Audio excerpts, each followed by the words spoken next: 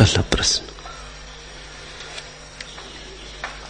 आप आज मौजूद हैं तो भी मनुष्य नीचे और नीचे की ओर जा रहा है, जबकि बुद्धों के आगमन पर मनुष्यता कोई शिखर छूने लगती है। हजारों आंखें आपकी ओर लगी हैं कि शायद आपके द्वारा फिर नव जागरण होगा और धर्म का जगत निर्मित हो गया।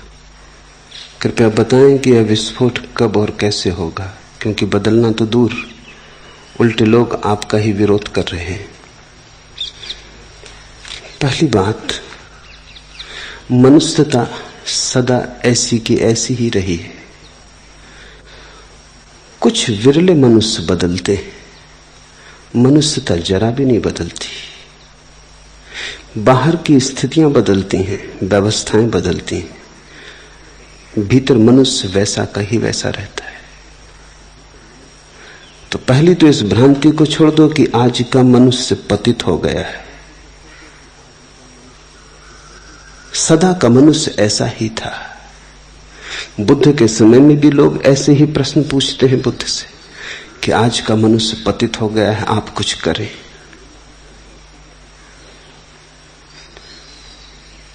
लाओत्सु से भी ऐसे ही प्रश्न, कन्फ्यूशियस से भी ऐसे ही प्रश्न।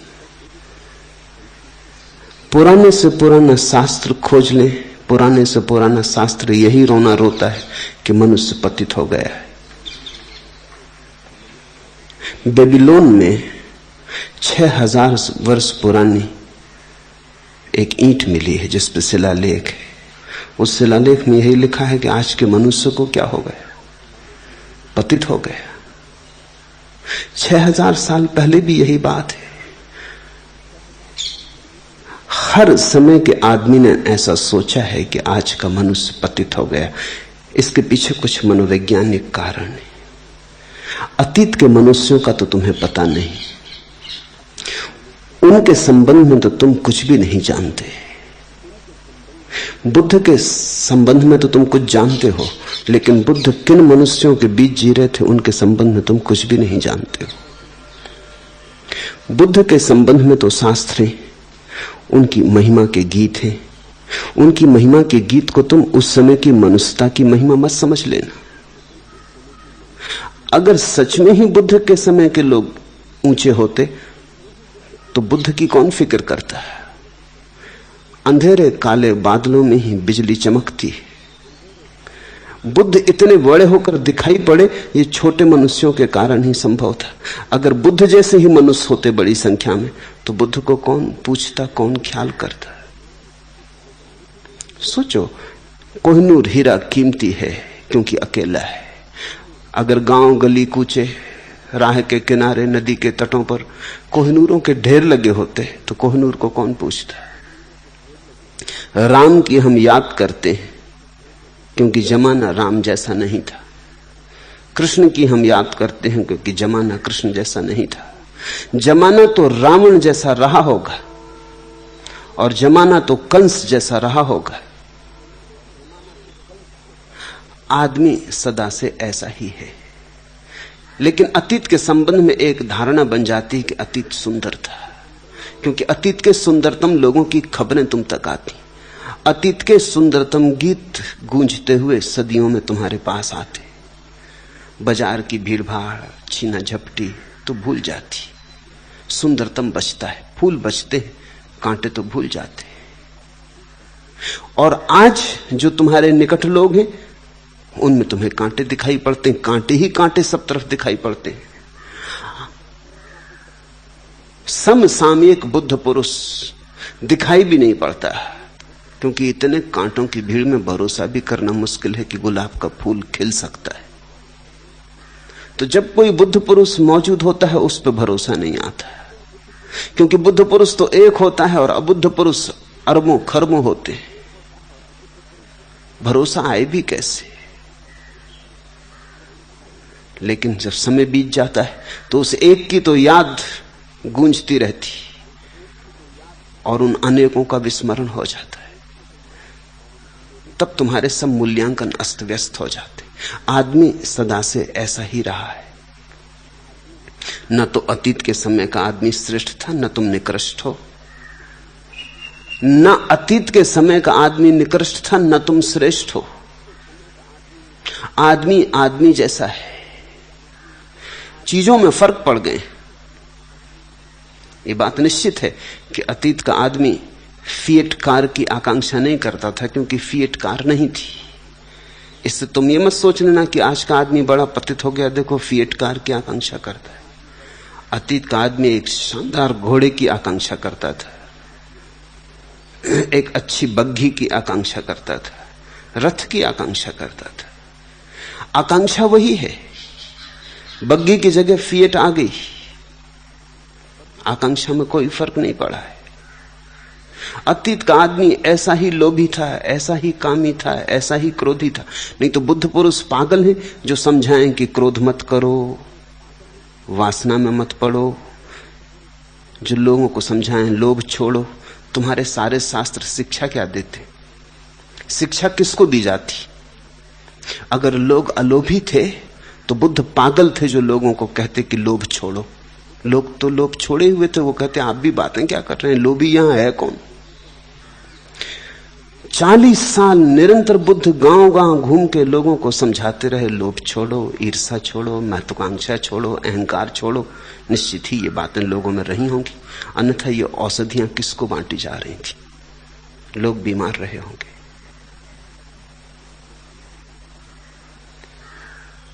तुम्हारे शास्त्र गवाह हैं कि किस तरह के लोगों के बीच में लिखे गए होंगे। जो बीमारी होती है उसकी चिकित्सा का आयोजन करना होता है। लोग कामी रहे होंगे, इसलिए तो ब्रह्मचर्य की इतनी प्रशंसा है। अगर लोग ब्रह्मचारी ही थे तो ब्रह्मचर्य की प्रशंसा का क्या प्रयोजन था? लाओ त्सु ने कहा है, अगर लोग धार्मिक हो तो धर्मशास्त्र व्यर्थ। ठीक कहा है। अगर लोग सचमुच धार्मिक हो तो धर्मशास्त्र की क्या जरूरत? या दूसरी तरफ से देखें, कृष्ण ने कहा है कि जब जब धर्म की हानि होगी मैं आऊंगा। तो उस वक्त क्यों आए थे? धर्म की हानि हो गई होगी।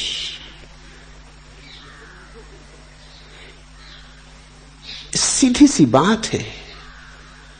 जब जब अंधेरा घेरेगा, साधु संत सताए जाएंगे,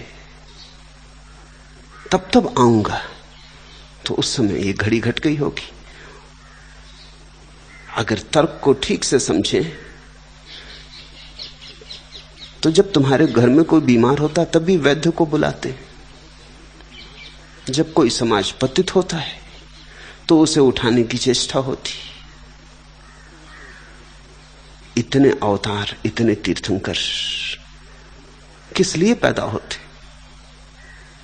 कहीं ना कहीं आदमी गलत रहा होगा। तो पहली तो बात यह समझ लेना कि आदमी सदा से ऐसा ही है। ये जो हमें भ्रांति पैदा होती है, इसके पीछे और भी कारण है। सभी को ऐसा ख्याल है कि बचपन बड़ा सुंदर था, स्वर्णिम। सभी को। हालांकि बच्चों से पूछो, कोई बच्चा इस बात के लिए राजी नहीं कहने को कि स्वर्णिम काल बचपन। बच्चे जल्दी से जल्दी बड़े होना चाहते। बच्चा बाप के बगल में कुर्सी पर खड़ा हो जाता और कहता देखो तुमसे बड़े। वो उसकी आकांक्षा का सबूत है, वो चाहता है तुमसे बड़ा हो जाए। एक छोटे बच्चे को स्कूल में एक शिक्षक ने मारा। उसने कुछ भूल चूक की थी। मारने के बाद उसे फुसलाया, समझाया और कहा बेटा देख, ये मैं मारता हूं इसलिए कि तुझे मैं प्रेम करता हूं। उस बेटे ने आंख से आंसू पोंछते हुए कहा कि प्रेम तो मैं भी आपको बहुत करता हूं, लेकिन प्रमाण अभी दे नहीं सकता।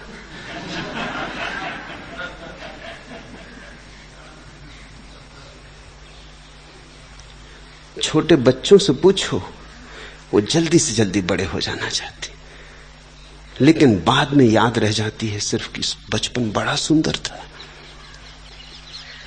कैसा हो सकता है बचपन सुंदर? क्योंकि तुम बचपन में बिल्कुल ही परतंत्र थे, हर बात के लिए असहाय थे, दीन थे। और हर बात के लिए तुम्हें किसी का मुंह तकना पड़ता था। ऐसी असंत परतंत्र अवस्था है, ऐसी स्वतंत्रहीन अवस्था कैसे सुंदर हो सकती। लेकिन बाद में यही याद रह जाती कि बचपन बड़ा सुंदर था। मनोवैज्ञानिक कहते हैं इसके पीछे एक कारण है। आदमी का मन जो दुखपूर्ण है उसे भुला देता है, क्योंकि दुख को याद रखना कठिन है। दुख इतना ज्यादा है कि अगर हम दुख को याद रखें तो हम जी ना सकेंगे। तो जो दुखपूर्ण है उसे हम हटा देते, उसे हम अचेतन में गर्त में डाल देते, और जो सुखद सुखद है उसकी फूल माला बना लेते। जिस जैसे हम आगे बढ़ते जाते हैं, जो सुखद है उसको इकट्ठा करते जाते हैं, जो सुखद नहीं है उसे छोड़ते चले जाते हैं। तो पीछे के संबंध में हम जो भी वक्तव्य देते हैं वो सब गलत होते हैं। और यही स्थिति बड़े पैमाने पर समाज के संबंध में सही है। हम सोचते हैं कि अतीत में सब सुंदर था, सब स्वर्ण युग अतीत में हो चुके। ये बात हर हाल में गलत है, क्योंकि अगर अतीत इतना सुंदर था तो ये वर्तमान उसी अतीत से पैदा हुआ है, ये और भी सुंदर होना चाहिए। अगर बचपन इतना सुंदर था तो जवानी उसी बचपन से आई है, ये बचपन से ज्यादा सुंदर होनी चाहिए। अगर जवानी सुंदर थी तो बुढ़ापा जवानी से आया है, बुढ़ापा जवानी से भी ज्यादा सुंदर होना चाहिए। और अगर जीवन तुम्हारा सचमुच आह्लाद था तो मृत्यु भी नृत्य होगी, उत्सव होगी, क्योंकि मृत्यु उसी जीवन का सारा निचोड़ है।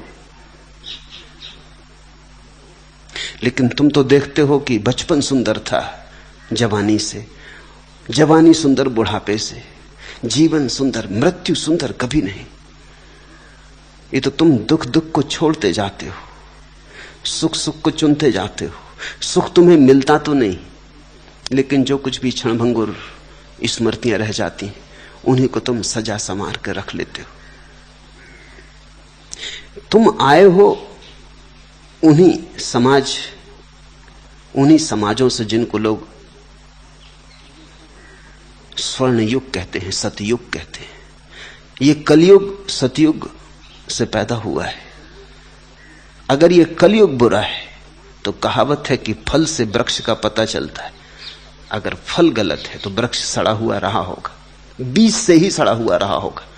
तुम सबूत हो इस बात के कि सारा मनुष्य जाति का अतीत तुमसे बेहतर तो नहीं रहा, किसी हालत में नहीं रहा।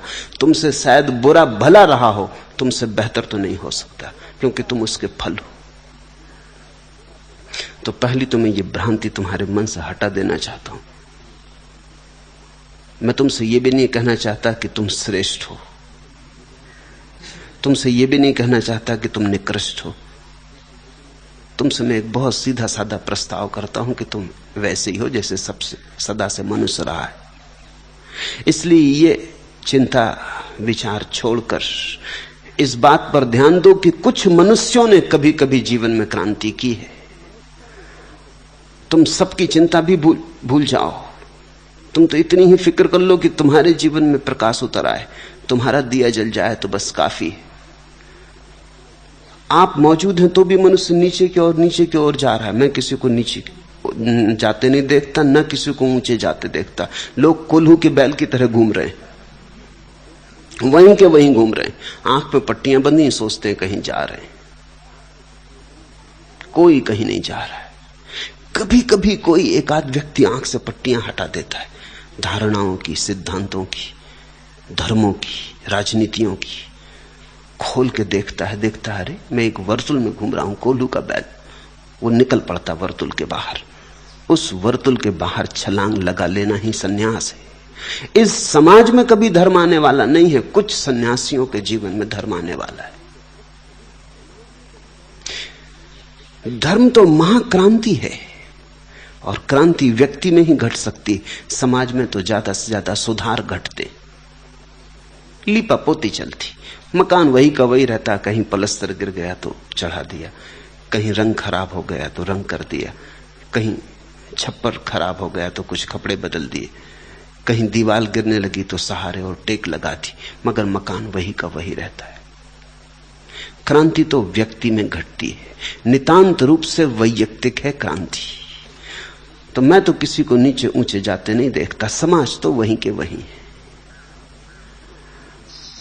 पूछा है, जबकि बुद्ध पुरुषों के आगमन पर मनुष्यता कोई शिखर छूने लगती, मनुष्यता नहीं, कुछ मनुष्य, कुछ मनुष्यों में छिपी मनुष्यता जरूर छूने लगती। लेकिन उस शिखर को न छूने वाले लोगों की संख्या सदा बड़ी होती। कभी करोड़ में एक आदमी बुद्धों के साथ उस अनंत की यात्रा पर निकलता है। आज तुम्हें लगता है कि बुद्ध के समय में बड़ी क्रांति हुई होगी, या महावीर के समय में बड़ी क्रांति हुई होगी, लेकिन अगर तुम अनुपात देखो तो तुम चकित हो जाओगे। बुद्ध जिस गांव से गुजरते हैं, अगर उसमें 10,000 आदमी हैं तो 10 भी सुनने को आ जाएं तो बस पर्याप्त है। और उन 10 में भी जो सुनने आ गए हैं, उनमें से एक भी सुन ले तो बहुत।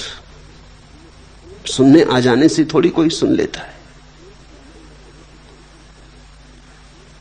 आज तुम्हें लगता है कि बहुत लोग, अभी जो मुझे सुन रहे हैं उनकी संख्या नगण्य है, जो मुझे समझ रहे हैं उनकी और भी नगण्य, जो मुझे समझ के अपने जीवन को बदल रहे हैं उनकी और भी नगण्य। समय बीत जाने पर यही संख्या बड़ी दिखाई पड़ने लगेगी। आज जैनों की संख्या 30 लाख से ज्यादा नहीं। अगर महावीर ने 30 आदमियों को बदला हो तो 2000 साल में उनसे 30 लाख की संख्या पैदा हो सकती। बहुत ज्यादा लोगों को नहीं बदला होगा। 2500 साल में जैनियों की संख्या 30 लाख है।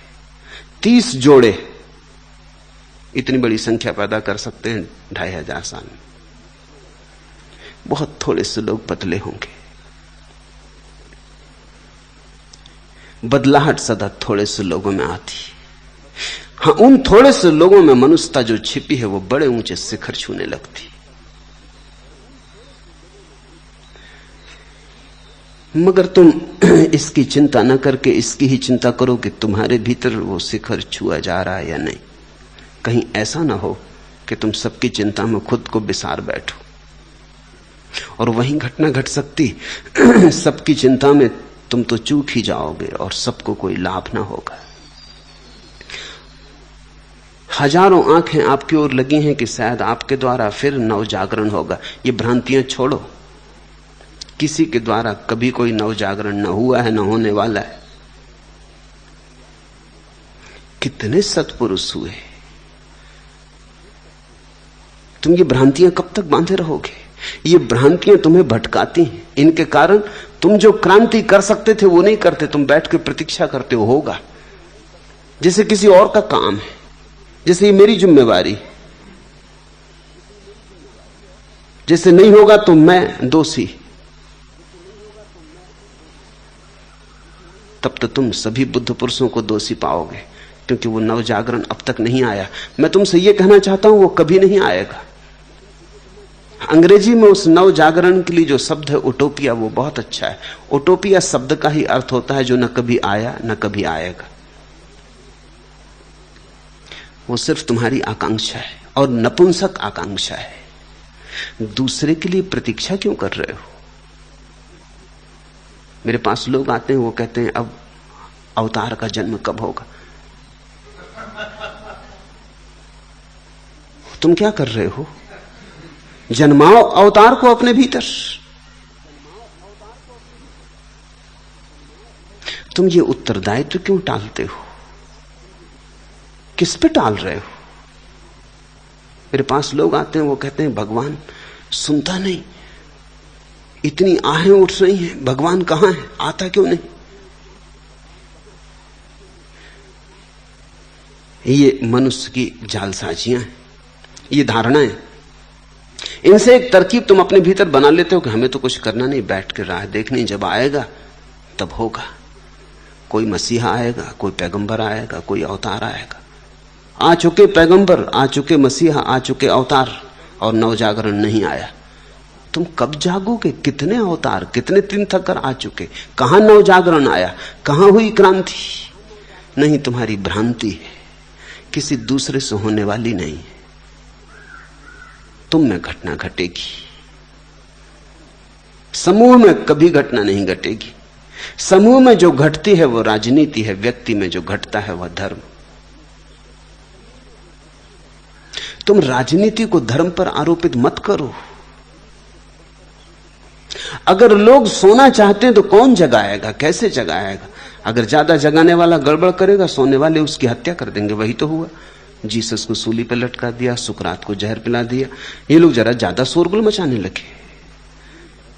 अब जिसको सोना है, तुम उठ के और घंटा बजाने लगे सुबह से और कहने लगे प्रभात बेला आ गई, जागो। पर जिसको सोना है वो कहता है सोना और जागना तो कम से कम मेरी स्वतंत्रता होनी चाहिए। फिर दूसरा आदमी आके घंटा बजाने लगे कि जागो, तो उससे गुस्सा है, बिल्कुल स्वाभाविक है। और सोने वाले लोग ज्यादा हैं, सोए ही हैं। घंटे बजाने वाले आते हैं और चले जाते हैं, और सोने वाले करवट भी नहीं बदलते, या बहुत से बहुत करवट बदल लेते, फिर सो जाते, थोड़े नाराज हो जाते। अगर भले हुए तो कहते हैं महाराज नमस्कार, आप बड़े महात्मा हैं, मगर अभी मुझ दिन को छोड़ो, अभी मेरी सुविधा नहीं जागने की। जागूंगा जरूर, आपकी बात बिल्कुल ठीक है। लोग कहते हैं आपकी बात बिल्कुल ठीक है कि छोड़ो, मेरा पिंड छोड़ो। अब कौन विवाद करे? सोने वाला विवाद कैसे करे? सोने वाला कहता मुझे सोने दो, माना कि ब्रह्म मुहूर्त और उठना चाहिए ब्रह्म मुहूर्त में, और कभी हम जरूर उठेंगे और याद रखेंगे तुम्हारी बात और तुम्हारा नाम स्मरण करेंगे, तुम्हारी पूजा भी करेंगे, फोटो लटका लेंगे, मूर्ति लगा देंगे, सदा सदा तुम्हें पूजेंगे। मगर अभी छोड़ो, अभी मुझे नींद आ रही, अभी मैं इस योग्य नहीं, अभी मैं पात्र नहीं, अभी घर है, गृहस्थी है, बच्चे हैं, पत्नी है, अभी इनको संभालने दो, एक दिन तो मोक्ष की तरफ जाना है। आप बिल्कुल ठीक कहते। इसलिए तुम पूजा करते हो, मंदिर बनाते हो। तुम्हारे मंदिर और तुम्हारी पूजाएं तुम्हारे बचने की विधियों का अंग है। जो दुष्ट हैं वो झगड़ने को खड़े हो जाते हैं, जो सज्जन है वो पूजा करने को, मगर जगने को कोई राजी नहीं। हमने भारत में सूली नहीं दी, सज्जनों का देश है। मारपीट झगड़ा झांसे में हम भरोसा नहीं करते। अहिंसकों का देश है, शाकाहारियों का देश है। बड़ा पुरानी हमारी परंपरा। हम कहते हैं जिसको हाथ जोड़ के पैर छू के छुटकारा पाया जा सकता, उसको सूली पे क्यों लटकाना? और सूली पे लटकाने से झंझट ही बढ़ती, आखिर सोने वाले आदमी को सूली बनाना पड़े। ले जाओ, सूली पे लटकाओ, पैर छू लिए कि महाराज साष्टांग दंडवत है, आप जाएं। हमने समझ ली तरकीब। तो जो जीसस के साथ यहूदियों ने किया वो हमने बुद्ध के साथ नहीं किया। कभी इक्के दुक्के किसी पागल ने पत्थर फेंक दिया, लेकिन आमतौर से समाज ने कहा कि आप ईश्वर के अवतार हैं। महावीर को हमने थोड़ी बहुत गाली गलौज दी, लेकिन कोई जहर नहीं पिला दिया जैसा सुकरात को यूनान में पिला दिया। हमने कबीर को कोई मंसूर की तरह काट नहीं डाला जैसा मुसलमानों ने मंसूर को काट दिया। सज्जनों का देश है। हम तरकीब ज्यादा बेहतर जान गए। हम समझ गए कि जहां सुई से काम हो जाता है वहां तलवार की क्या जरूरत। मंदिर में बिठा देते हैं, मूर्ति बना देते हैं, फूल चढ़ा देंगे, शास्त्र बना देते हैं, और क्या चाहिए? मगर जगाने की कोशिश मत करो। समाज कभी भी नहीं जागेगा। समाज तो सोई हुई भीड़ है। इस भीड़ में से कभी कभी कोई विरला पुरुष जागता है। तो तुम ये तो पूछो ही मत, ये तो बात ही मत करो। मैं तुम्हारी किसी भ्रांति में किसी तरह का सहारा देने को तैयार नहीं। मैं नहीं तुमसे कहता कि मेरे द्वारा नव जागरण आएगा, सारी दुनिया में क्रांति हो जाएगी, राम राज्य स्थापित हो जाएगा। हो चुकी ये पागलपन की बातें बहुत। राम से नहीं हुआ राम राज्य स्थापित, तो किसी दूसरे से कैसे हो जाएगा? कृष्ण से नहीं हुआ, हार गए सिर पटक पटक के। बुद्ध से नहीं हुआ तो मुझसे कैसे हो जाएगा? नहीं, बुद्ध और कृष्ण और राम ने वैसी भ्रांति पाली नहीं, वो भ्रांति तुम पाले हुए हो। बुद्ध तो बार बार कहते हैं कि अपने दिए बनो, मेरे द्वारा कुछ भी ना होगा। महावीर बार बार कहते हैं अपनी शरण जाओ, मेरी शरण आने से क्या होगा? महावीर ने तो बहुत साफ कहा है कि मैं स्वयं जागा हूं, मैं तुम्हारे कल्याण के लिए नहीं आया हूं। यद्यपि जैन अभी भी कहे जाते हैं कि जगत के कल्याण के लिए उनका जन्म हुआ। महावीर कहते हैं मैं तुम्हारे कल्याण के लिए नहीं आया, क्योंकि कोई दूसरा तुम्हारा कल्याण कैसे करेगा, और अगर दूसरा तुम्हारा कल्याण कर सके तो वो कल्याण भी दो कौड़ी का होगा, उसमें तुम्हारा विकास फलित नहीं होगा, तुम्हारी आंतरिक उत्क्रांति घटित नहीं होगी, वो उधार होगा, बासा होगा। तो महावीर कहते हैं अपनी शरण जाओ, समझो, अपने को जगाओ। धर्म का जगत कब निर्मित होगा? झूठे सपने मत देखो, जगत अधर्म का रहेगा। इसमें कभी कभी धार्मिक व्यक्ति जगते रहेंगे। ये रात तो अंधेरी रहेगी, इसमें कभी कभी कोई तारे जगमगाते रहेंगे। अब तुम ये प्रतीक्षा मत करो कि कब पूरी रात बदलेगी, तुम तो इसकी फिक्र करो कि मैं जगमगाने लगा या नहीं। तुम जगमगा गए, तुम्हारे लिए रात समाप्त हो गई। तुम जिस दिन जगमगाए, तुम्हारी सुबह हो गई। इसे मैं बार बार दोहराना चाहता हूं कि यह क्रांति व्यक्ति के अंतस्थल में घटती है। ये बड़ी आंतरिक है, आत्यंतिक रूप से निजी है। समूह भीड़ से इसका कुछ नाता नहीं।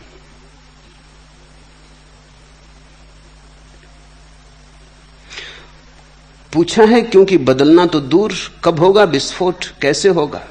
बदलना तो दूर, उल्टे लोग आपका विरोध कर रहे हैं, वो सदा से करते रहे, कुछ नया नहीं उसमें। वो विरोध न करे तो आश्चर्य होगा। विरोध उन्हें करना ही चाहिए, वो उनकी पुरानी आदत है। जैन शास्त्रों में उल्लेख है, एक मुनि नदी में स्नान करने उतरा, एक बिच्छू को उसने तैरते देखा, डुबकी खाते कि मर ना जाए, तो उसने हाथ पे चढ़ा के उसे घाट पे रख देना चाहा, लेकिन जब तक उसने घाट पे रखा उसने 2-3 डंक मार दिए। और जैसा कि तुमने देखा होगा, चींटे को अगर हटाने की कोशिश करो तो जिस दिशा से हटाओ वो उसी दिशा की तरफ भागता है। बड़े जिद्दी होते, जितनी ना समझ उतनी ही जिद्द। तो बिच्छू उसको छोड़ा तो वो फिर भागा पानी की तरफ। उस मुनि ने फिर उसे उठाया और फिर किनारे पे रखा, फिर उसने 2-3 डंक मार दिए। एक मछुआ राह के किनारे खड़ा है, वो कहने लगा कि महाराज, वो आपको डंक मारे जा रहा है, छोड़ो भी, मरने भी दो। वो मुनि हंसने लगा, उसने कहा कि वो अपनी आदत नहीं छोड़ता, मैं अपनी आदत छोड़ दूं, देखें कौन जीतता है। बिच्छू है तो ये तो मान के चलना चाहिए कि वो डंक मारेगा, इसमें कुछ नया तो नहीं कर रहा। न मारे डंक और अचानक कहे कि धन्यवाद, तो घबराहट होगी, तो भरोसा ना आएगा। जब भी कोई सोए हुए लोगों को जगाने की कोशिश करेगा तो वो डंक मारेंगे, वो नाराज होंगे। उनकी बात मेरी समझ में आती, मैं उसमें कुछ ऐतराज भी नहीं करता। मुझे बिल्कुल समझ में आता है, सोए हुए को जगाओ तो नाराजगी होती। यह भी हो सकता है कि तुमसे कह के सोया हो कि सुबह 4 बजे उठा देना, मुझे ट्रेन पकड़नी, लेकिन उसको भी 4 बजे उठाओ तो वो भी गुस्सा दिखलाता है, वो भी तुम्हें दुश्मन की तरह देखता है। अरे कहा था ठीक है, मगर इसका ही मतलब थोड़ी कि जगा नहीं लगो। अब कह दिया भूल हो गई, मगर अब पीछे तो ना पड़ो।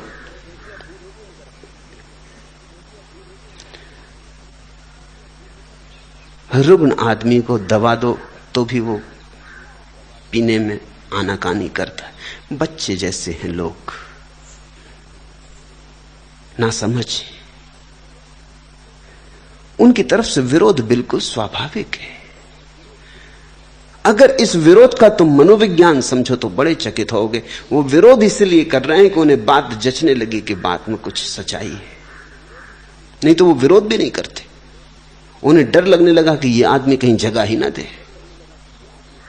उनके विरोध की केवल इतनी ही सार्थकता है कि वो संकित हो गए हैं कि अगर इस आदमी को सुना, इसकी बात को जरा गौर से सुना, विरोध का धुआं खड़ा न किया, अपनी आंखें विरोध से न भर ली, तो कहीं ये बात समझ में ना आ जाए, कहीं ये बात हृदय में ना उतर जाए, कहीं ये बीज आत्मा में पड़ ना जाए, तो उनका विरोध सांकेतिक है। वे कह रहे हैं कि अब या तो हमें विरोध करना पड़ेगा या साथ चलना पड़ेगा, अब दो ही उपाय छोड़े। इसलिए सदा उन्होंने विरोध किया है। उनके विरोध की मैं निंदा नहीं कर रहा हूं, मैं उसे स्वीकार करता हूं, वो बिल्कुल स्वाभाविक है। वे जिस दिन विरोध ना करेंगे उस दिन समझना कि उनका अब बुद्धत्व में कोई रस नहीं रहा। वो बड़े दुर्दिन होंगे जब बुद्ध पुरुष आएगा और लोग बिल्कुल विरोध ना करेंगे। लोग कहेंगे मजे से आपको जो कहना कहो, जो करना है करो, हमारा मनोरंजन होता है, आप बड़े मजे से कहो। लोग ताली बजाएंगे और अपने घर चले जाएंगे, कोई विरोध ना करेगा। उस दिन कठिनाई होगी। ध्यान रखना, विरोध का मतलब ही है लगाव शुरू हो गया। घृणा प्रेम का रूप है। जो आदमी घृणा करने लगा अब ज्यादा देर नहीं वो प्रेम भी कर सकेगा। उपेक्षा खतरनाक है। बुद्ध पुरुष आए और लोग उनकी उपेक्षा कर दें, वो राह से निकले, ना कोई विरोध करे ना कोई प्रेम करे। लोग कहें कि ठीक आपकी मर्जी, आपको जैसा दिल आप कहें, जो आपको रहना है आप रहें, हमें कोई ऐतराज नहीं।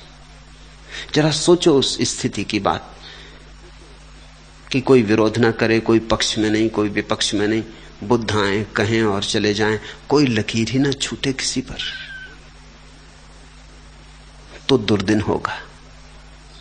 तो उसका अर्थ हुआ कि अब बुद्धत्व में इतना भी रस नहीं रहा लोगों का, अब कोई विरोध भी नहीं करता।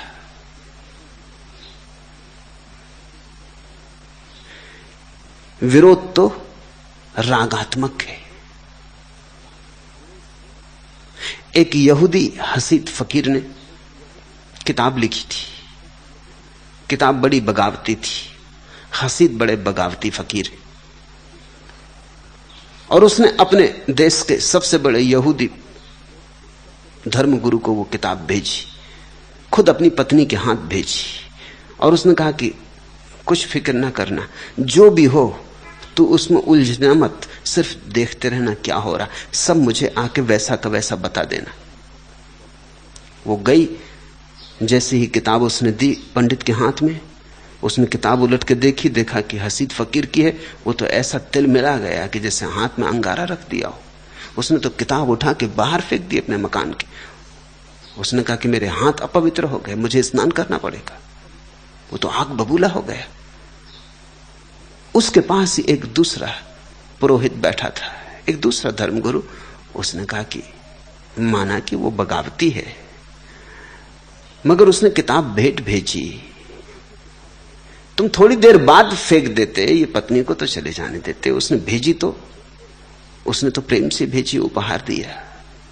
इस पत्नी को चले जाने देते फिर फेंक देते, इतनी जल्दी क्या थी? और तुम्हारे घर में इतनी किताबें हैं, इतनी बड़ी लाइब्रेरी है, उसमें वो एक किताब पड़ी भी रहती तो क्या बिगाड़ती थी? पत्नी वापस लौटी। पति ने पूछा क्या हुआ? उसने कहा कि प्रधान पुरोहित ने तो किताब एकदम बाहर फेंक दी। वो तो ऐसे नाराज हो गए कि मुझ पे हमला ना कर दे। उन्होंने तो ऐसा जिससे कि हाथ में मैंने अंगारा रख दिया हो। मगर उसके पास ही एक दूसरे धर्मगुरु बैठे थे। उन्होंने कहा कि नहीं, ये करना उचित नहीं है, पत्नी को चले जाने देते फिर फेंक देते, या फिर रखी रहती किताब। इतनी किताबें पड़ी, तुम्हारे घर में विरोधियों की किताबें भी रखी, तो ये तो यहूदी है, माना कि बगावती है, रख लेते, पड़ी रहती लाइब्रेरी में, क्या बिगड़ता था? पति ने कहा जिसने किताब फेंकी उसे तो हम किसी न किसी दिन बदल लेंगे, लेकिन दूसरे से हमारा कोई संबंध नहीं बन सकता। समझे आप? मतलब जिसने किताब फेंकी उससे तो रागात्मक संबंध बन गया। वो कम से कम इतना तो राग है उसका, जोश तो आया, उसने कुछ किया तो तरंग तो उठी। वो जो बैठ के शांति से कह रहा है रख लो, डाल दो, किनारे में पड़ी रहेगी लाइब्रेरी में, वो उपेक्षा से भरा आदमी, उससे हम कभी कोई संबंध न बना पाएंगे। इस धर्मगुरु को तो हम बदल लेंगे, लेकिन दूसरे धर्मगुरु से हमारा कोई संबंध न बन पाएगा। मैं दूसरे के लिए दुखी हूं। पत्नी तो बहुत चौंकी। वो तो सोचती थी दूसरा भला आदमी है, पहला आदमी बुरा है। लेकिन उसके पति ने कहा कि पहला आदमी तो हमारे चक्कर में आ ही चुका है, दूसरा खतरनाक है। मैं तुमसे कहता हूं कि पहला तो उठा के किताब पढ़ेगा। जिसने इतने जोश से फेंकी वो बिना पढ़े नहीं रह सकता, क्योंकि इस जोश को कैसे शांत करेगा? वो तो उत्सुक हो ही गया। मैं उसका पीछा करूंगा, रात सपने में दिखाई पड़ूंगा, मैं उसके सिर के आसपास घूमूंगा। वो सोचेगा कई बार कि फेंकना था कि नहीं फेंकना था, देख तूने उसमें लिखा क्या है। जो मेरा विरोध करते हैं वो निश्चित रूप से मेरी किताब पढ़ते हैं, तुम ख्याल रखना। उनसे मेरा संबंध बन चुका है, उनसे मेरे हृदय का नाता जुड़ गया, धीरे धीरे खींच लूंगा। लेकिन जो विरोध भी नहीं करते, विरोध तक नहीं करते, उनके साथ बड़ा मुश्किल है। उनके हृदय का दरवाजा पाना बहुत मुश्किल, उनका दरवाजे सब बंद है। और ये बिल्कुल स्वाभाविक है। जितनी क्रांति की बात होगी उतनी ही कठिनाई होती। लोग परंपरा से जीते हैं, लोग परंपरा में सुविधा और सुरक्षा पाते हैं। बदलाहट साहसियों का काम है, दुस्साहसियों का काम है। उतना साहस जिसमें नहीं होता, वो विरोध न करे तो क्या करे? उसका विरोध तो समझो वो ये कह रहा कि इतना साहस मुझ में नहीं, तो या तो मैं ये स्वीकार करूं कि मैं कायर और कमजोर हूं, और यह सिद्ध करूं कि यह बात गलत है। तो पहले वो कोशिश करता है सिद्ध करने की कि बात गलत है। जाने योग्य है ही नहीं, इसलिए हम नहीं जाते, नहीं तो उसे साफ हो जाएगा। अगर जाने योग्य और नहीं जाते तो फिर हम कायर, अहंकार को फिर चोट लगती। वो अहंकार की सुरक्षा है विरोध। लेकिन जब कोई व्यक्ति मुझ में और उसके अहंकार में चुनाव करने लगा तो एक न एक दिन उसे मुझे चुनना ही होगा, क्योंकि अहंकार सिवाय नरक के कुछ देता ही नहीं। उस चुनाव को तुम कब तक किए चले जाओगे?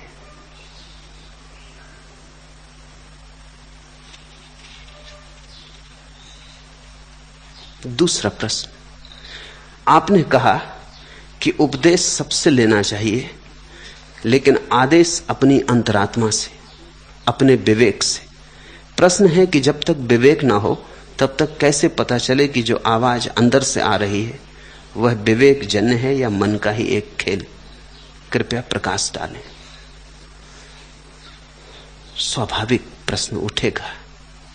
मैंने कहा उपदेश सबसे ले लेना, आदेश अपने से लेना। तुम्हारा प्रश्न संगत है। तुम पूछते हो तय कैसे होगा कि जो हम कर रहे हैं, जो हम मान के चल रहे हैं, जिस दिशा को हमने चुना, वो हमारी अंतरात्मा का आदेश है या हमारे मन का ही खेल है? चलो, चलने से ही पता चलेगा। मैं तुमसे ये नहीं कह रहा हूं कि तुम हमेशा सही चल पाओगे, ये मैंने कहा भी नहीं। तुम बहुत बार चूकोगे, लेकिन चूक चूक के ही तो पता चलता है कि गलत क्या है और सही क्या है। तुम बहुत बार गिरोगे, गिर गिर के ही तो पता चलता है कि कैसे चलना चाहिए ताकि ना गिरे। छोटा बच्चा चलना शुरू करता है, अगर वो कहे कि मुझे बिल्कुल ऐसी तरकीब चाहिए 100% गारंटी की कि गिरूं ना, तो कभी चलेगा नहीं, कभी चल ही ना पाएगा। फिर वो किसी की गोदी में चढ़ा रहेगा। गिरना तो पड़ेगा। और जब मां कहती बेफिक्र हो कि तू चल, गिरेगा थोड़ी, तो वो जानती है कि गिरेगा, लेकिन गिरने के सिवाय चलना सीखने का कोई उपाय नहीं। तुम साइकिल चलाने के संबंध में किताब पढ़ लो, किताब में सब समझाया हो कि किस तरह संतुलन कायम करना चाहिए, किस तरह पैडल चलाने चाहिए, किस तरह हैंडल पकड़ना चाहिए। इससे कुछ ना होगा। तुम लाख किताब को कंठस्थ करके साइकिल चलाने जाओ, 2-4 बार गिरोगे, हाथ पैर पे पट्टी बंधेगी, चमड़ी 2-4 बार छिलेगी, मगर उसी गिरने से तुम्हें संतुलन की प्रतीति होगी। क्या है संतुलन? किताब में लिखने से थोड़ी पता चलता है कि संतुलन क्या है, बैलेंस क्या है। वो तो साइकिल पर चढ़ने से पता चलता है। अब 2 चाक की साइकिल और सधी रह जाती चमत्कार है। गिरना तो बिल्कुल नियमानुसार है, नहीं गिरना चमत्कार है। मगर 2-4 बार गिर के तुमको ख्याल आने लगता है। अब वो ख्याल ऐसा है कि कोई दूसरा कितना ही जिंदगी से साइकिल चला रहा हो तो भी तुम्हें दे नहीं सकता। कोई तुम्हें दे नहीं सकता कि ये लो मैं तुम्हें अपनी समझ दिए देता हूं। वो कितना ही समझा दे फिर भी तुम्हें गिरना पड़ेगा। तो जब मैंने तुमसे कहा उपदेश सबसे लेना, तो मैंने कहा जितने साइकिल सवार हो सबसे पूछ लेना,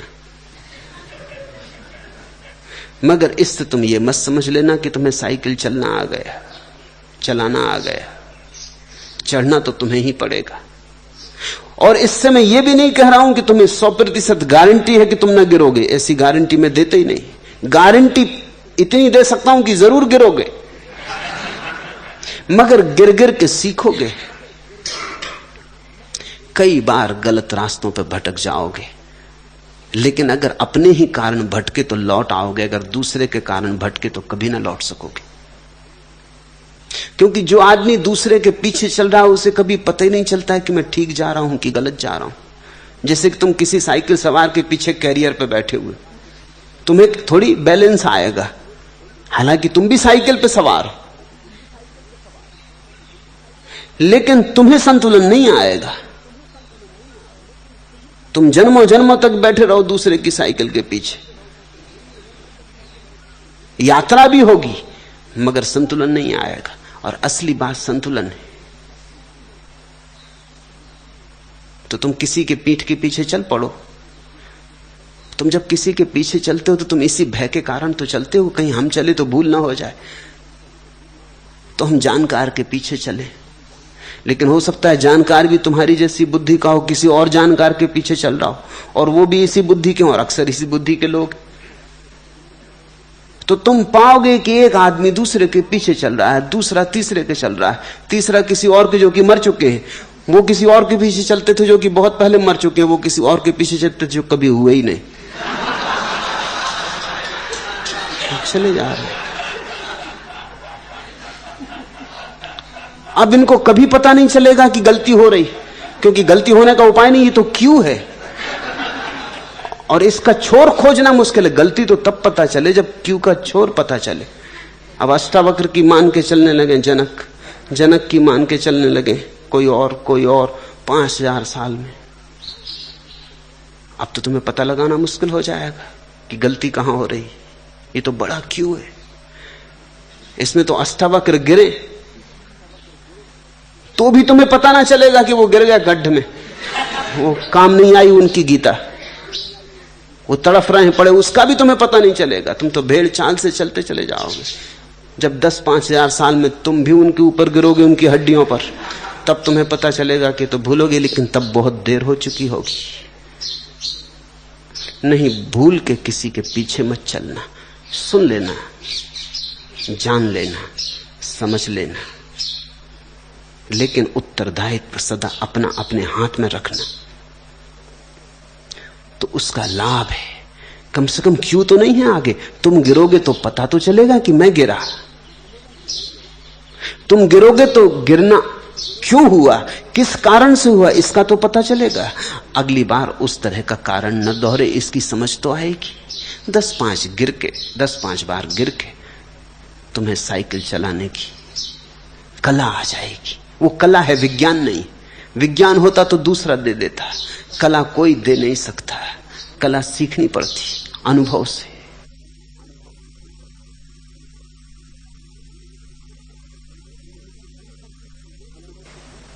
तब तुमने मुझसे पूछा है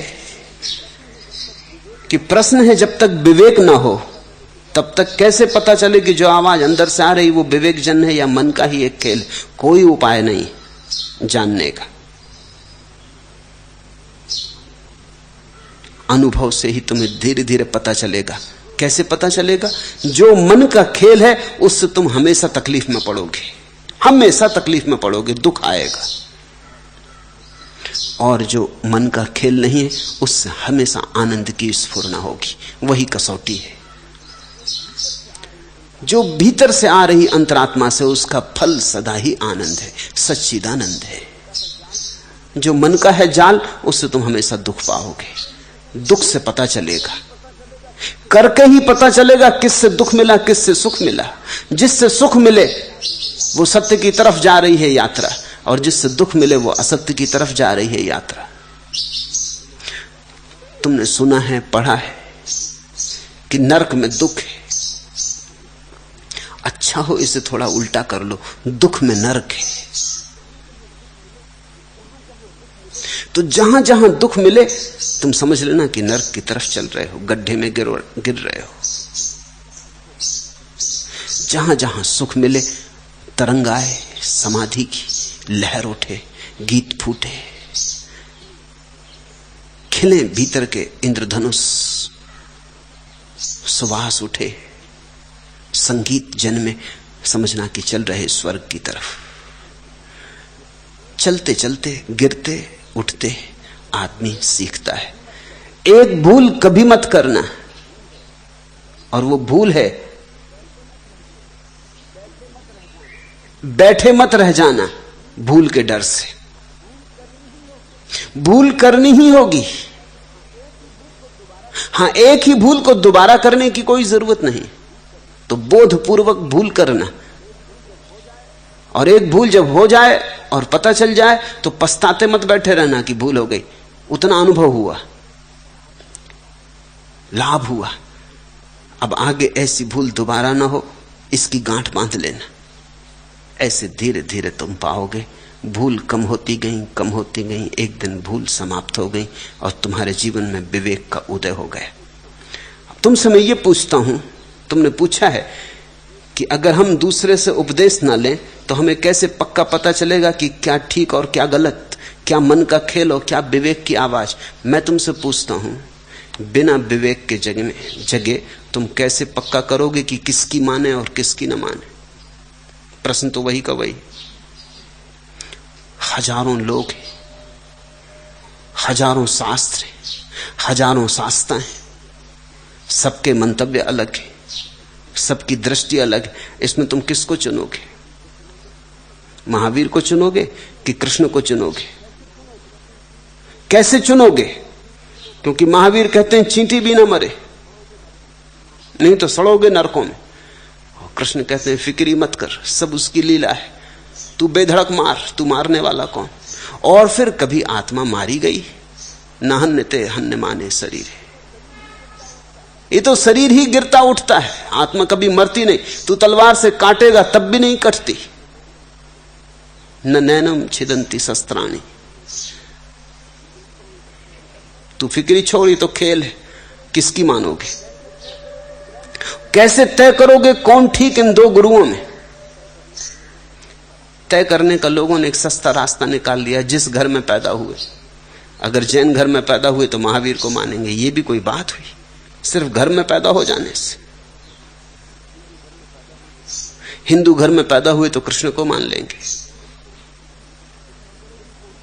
कैसे तय करोगे कौन ठीक है?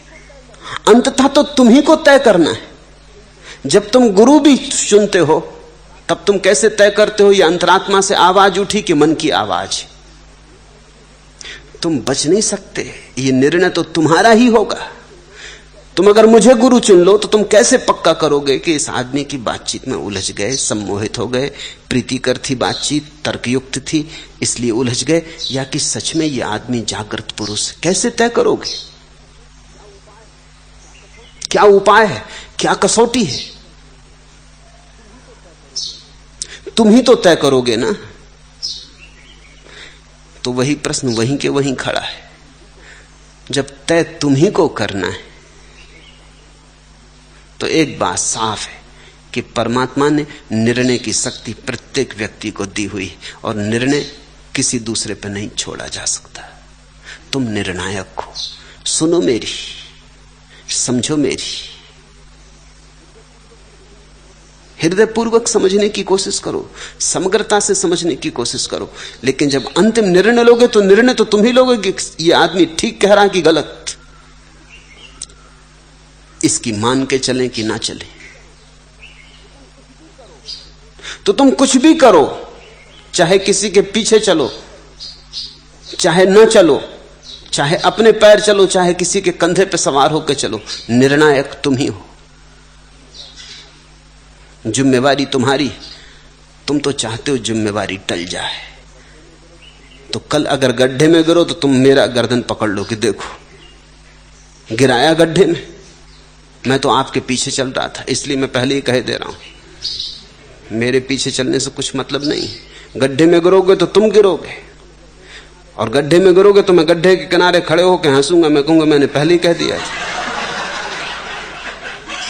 तुम्हारी मर्जी थी, तुम मेरे पीछे चले, फिर भी सुन के चले। मैंने पहले ही कह दिया था कि अगर गिरोगे तो तुम गिरोगे। तुम मुझसे ये ना कह सकोगे कि हम तो आपके पीछे चल रहे थे। आपने ही चुना था, मेरे पीछे चलना भी आपने चुना था। मैंने जबरदस्ती थोप नहीं दिया था। जबरदस्ती कौन किस पे थोप देता है? कैसे थोपा जा सकता है? लेकिन आदमी उत्तरदायित्व से बचता है।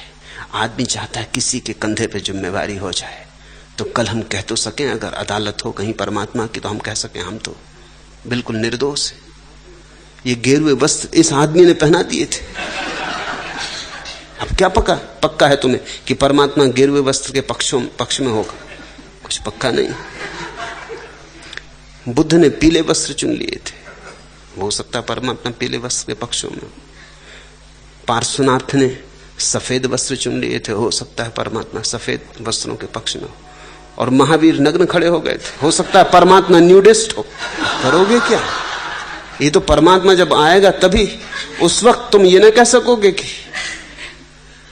हमें तो कुछ पता ही नहीं था, हम तो इस आदमी ने कह दिया गैरिक वस्त्र पहन लो, हमने गैरिक वस्त्र पहन लिए। नहीं, तब तुम्हें जवाब स्वयं ही देना होगा। ये चुनाव भी तुम्हारा चुनाव है। अगर तुमने ये चुना कि मेरे प्रति समर्पित हो जाओ, ये भी तुम्हारा संकल्प है, ये भी तुमने ही चाहा है। इस तरह तुम इस बात को सदा ही याद रखना कि तुम ही निर्णायक हो, तुम ही उत्तरदायी हो, और अंतिम रूप से जो भी फलित होगा, घटित होगा, उसका श्रेय भी तुम्हारा है। ऐसा मान के जो व्यक्ति चलता है वही सत्य का शोधक, खोजी। खतरे तो हैं ही, जीवन जोखिम है, और जो जितने ज्यादा खतरे उठाता है उतना ही जानने में समर्थ हो पाता है। जो लोग खतरे नहीं उठाते वो मिट्टी के लौंदे रह जाते। उनके जीवन में कोई धार नहीं होती, उनके जीवन में कोई त्वरा नहीं होती, कोई चमक नहीं होती, उनके जीवन में प्रतिभा नहीं होती। तुम जाकर देख सकते हो, ऐसे मिट्टी के लौंदे तुम्हें आश्रमों में बैठे मिलेंगे, मंदिरों में बैठे मिलेंगे, घंटियां बजा रहे, पूजा कर रहे, कोई उपवास कर रहा। मिट्टी के लौंदे। उन आंखों में तुम बिजलियां ना पाओगे, और उनके प्राणों में तुम वो ऊर्जा ना पाओगे जो ऊर्जा सत्य को पाने के लिए अत्यंत अनिवार्य है। तुम उन्हें मुर्दा पाओगे, तुम उन्हें लाश की तरह पाओगे। तो मैं तुमसे यह कहता हूं कि ऐसे तुम मत बन जाना। तुम अपनी निजता को बचाना और अपनी निजता को निखारना, और कितनी ही कठिनाई हो कभी अपनी निजता को मत खोना, क्योंकि निजता ही तुम्हारी आत्मा है, और उसी आत्मा में छिपा है सत्य। बुद्ध ने अंतिम वचन कहा है आनंद को, अपदीपो भव, अपना दिया स्वयं बन। आनंद रोने लगा था बुद्ध को जाता देख कर कि बुद्ध चले, घबरा गया होगा। इन्हीं के पीछे चलता रहा 40-42 साल, पूरा जीवन दांव पे लगा दिया, इन्हीं के पीठ के सिवाय कुछ देखा नहीं, इन्हीं के पीछे चलता रहा, उठता रहा, बैठता रहा, आज ये चले।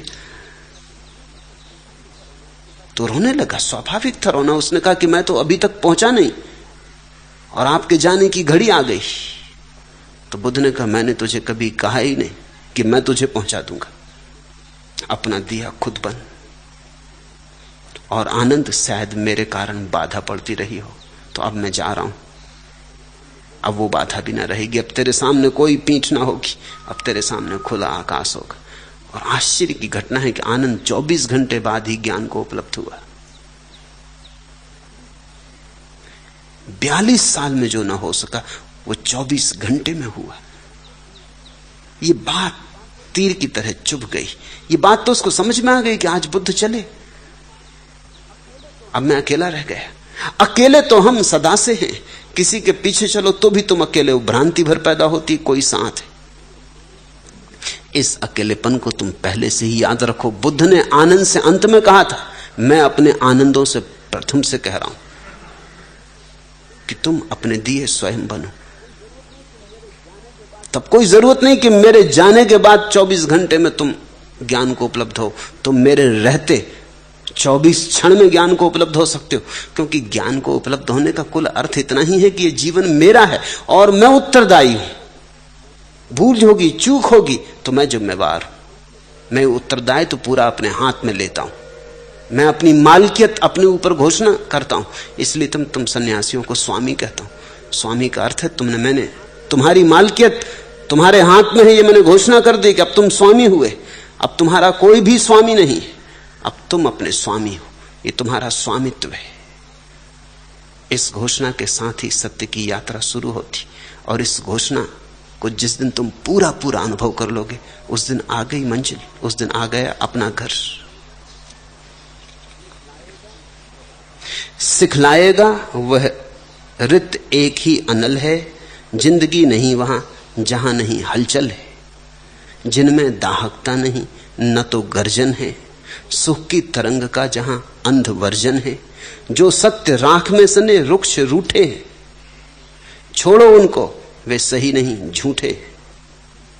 जो सत्य राख में सने रुक्ष रूठे हैं, छोड़ो उनको वे सही नहीं झूठे। जीवंत सत्य तो तुम्हारे भीतर पैदा होगा। बाहर से तुम जो भी ले आए हो सब कूड़ा करकट है, किसी और से इकट्ठा कर लिया है, सब उधार और बासा और व्यर्थ है। आग लगा दो उस सब में, वे सब सत्य राख में सने। तुम्हारा सत्य तुम्हारे भीतर पैदा होगा। तुम्हारे सत्य के लिए तुम्हें ही प्रसव पीड़ा से गुजरना होगा। तुम्हारा सत्य तुम्हारे भीतर जन्मेगा। तुम्हें उस सत्य के लिए गर्भ बनना होगा और प्रसव पीड़ा से गुजरना होगा। ख्याल किया तुमने, कोई स्त्री को बच्चा पैदा नहीं होता, वो किसी के बच्चे को गोद ले लेती, ऐसे मन समझाना हो जाता है। मैं तुमसे कहता हूं सत्यों को गोद मत लेना, ये तो बड़ी झूठ हो जाएगी। और हम सब ने सत्य गोद ले लिए। कोई हिंदू बैठा है, कोई ईसाई, कोई मुसलमान, कोई जैन, हमने सब सत्य उधार ले लिए। नानक का सत्य है, तुम सिख बने बैठे हो, ये सत्य तुम्हारा नहीं। नानक ने इसके लिए पीड़ा सही, नानक ने गर्भ धारण किया, इस सत्य को जन्म दिया। तुम मुफ्त लिए बैठे हो, तुमने इसके लिए कुछ भी नहीं किया। न तुम आग में गए, न तुम जले, न तुम भटके, न तुम गिरे, तुम्हें यह मुफ्त मिला। पीड़ा निखारती है, मुफ्त मिलने से कुछ भी निखार नहीं आता। गोद मत लेना सत्यों को, जन्माना। और जब तुम जन्माने में समर्थ हो पाओगे, तभी तुम्हारे भीतर वो तरंग उठेगी निजता की, व्यक्तित्व की। तुम अद्वितीय बनोगे। अद्वितीयता धर्म का आखिरी फल है। और यह भी मैं जानता हूं कि अचानक आज तुम पूरे सत्य को न पा सकोगे। इंच इंच चलना होगा, घसीटना होगा, और चढ़ाई बड़ी है और पहाड़ ऊंचा है और सांस घुटेगी और सब बोझ छोड़ देना होगा, क्योंकि जरा भी बोझ नहीं ले जाया जा सकता। जैसे जैसे पहाड़ पर कोई चढ़ने लगता है, वैसे वैसे बोझ कम करना पड़ता है। जब हिलरी एवरेस्ट पर पहुंचा, उसके पास कुछ भी नहीं था। पानी की बोतल भी थोड़ी पीछे उसे छोड़ देनी पड़ी, क्योंकि उतना बोझ ढोना भी मुश्किल हो गया। जितनी ऊंचाई होती उतना बोझ मुश्किल हो जाता है। सब सामान लेके आया था, वो धीरे धीरे सब छूट गए, धीरे धीरे सब डालता गया, राह के किनारे रखता गया, क्योंकि उनका खींचना मुश्किल होने लगा। जब पहुंचा तो अकेला था, खाली था। और जिस गौरी शंकर की चढ़ाई की मैं तुमसे बात कर रहा हूं, वो तो आखिरी ऊंचाई है अस्तित्व की। वो आज ना घट जाएगी, इंच इंच जलना और तपना होगा। धीरे धीरे तुम छोड़ पाओगे, मगर छोड़ने का ख्याल रहे। बांसों बांस उछलती लहरें, देख लिया है चांद सलोना, लेकिन हाथ रह गया बौना। रह रह कर कर मलती लहरें, बांसों बांस उछलती लहरें, शीतलता कैसी बिखरा दी, पानी में ही आग लगा दी। बुझती और सुलगती लहरें, बांसों बांस उछलती लहरें, स्वप्न लोक के यात्रा पथ पर भावुकता ने रचा स्वयंवर। असफल हो सिर धुनती लहरें, बांसों बांस उछलती लहरें। चांद तो दिखाई पड़ने लगता है उपदेश से, तुम बांसों बांस उछलने लगते हो। मगर इतने से चांद मिल ना जाएगा। उपदेश से चांद नहीं मिलेगा, उपदेश से चांद दिखेगा। मिलेगा तो तुम्हारे अपने जीवन को एक अनुशासन और आदेश देने से। तो जो मैंने कहा कि तुम उपदेश सबसे ले लेना, आदेश स्वयं देना, उसका इतना ही अर्थ है। महावीर, बुद्ध, कृष्ण, क्राइस्ट, नानक, कबीर, उनके पास तुम्हें पहली दफे चांद की स्मृति आएगी कि चांद है। पहली दफे तुम्हारी जमीन में गड़ी आंखें ऊपर उठेंगी और आकाश को देखेंगी। तुम उछलोगे खूब, जीवन बड़ी प्रफुल्लता से भर जाएगा। सदगुरु के पास होना एक अपूर्व अनुभव है। तो फिर सत्य को पहुंच जाना तो कैसा अपूर्व होगा, सोच लो। सदगुरु के पास होना भी अपूर्व अनुभव है, जिसे सत्य मिला है उसके पास होना भी अपूर्व अनुभव है। बांसों बांस उछलती लहरें, देख लिया है चांद सलोना, लेकिन हाथ रह गया बौना। रह रह कर मलती लहरें, बांसों बांस उछलती लहरें। तुम्हारा हृदय उछलने लगेगा, तरंगे लेने लगेगा, चांद दिखाई पड़ने लगा। लेकिन उपदेश को ही तुम सब मत समझ लेना, शुरुआत है, प्रारंभ है। चांद तक चलना है, चांद तक पहुंचना है, और तुम अपने ही पैरों से पहुंच पाओगे। कोई किसी और के पैरों से कभी नहीं पहुंचा है। अपो दीपो भव, अपने दिए बनो।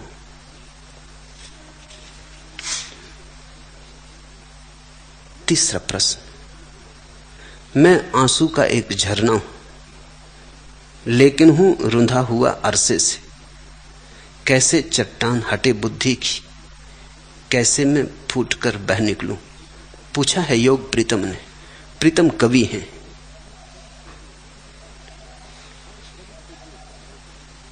और कवि के लिए सदा एक कठिनाई है, और कठिनाई है कि कवि का अस्तित्व तो होता है हृदय का, अभिव्यक्ति होती है बुद्धि की। तो कवि के भीतर एक द्वंद्व होता है, एक सतत द्वंद्व है। जो उसे कहना है वो शब्दों के पार है, और जो उसे कहने का माध्यम है वो शब्द है। जो वो उड़ेलना चाहता है वो हृदय है, और उड़ेलना पड़ता है बुद्धि की भाषा में। सब कटपिट जाता है, सब खंड खंड हो जाता है, छितर जाता है। इसलिए कवि सदा पीड़ा में रहता है। कभी कभी तृप्त नहीं हो पाता, और जो कभी तृप्त हो जाए वो बहुत छोटा कवि।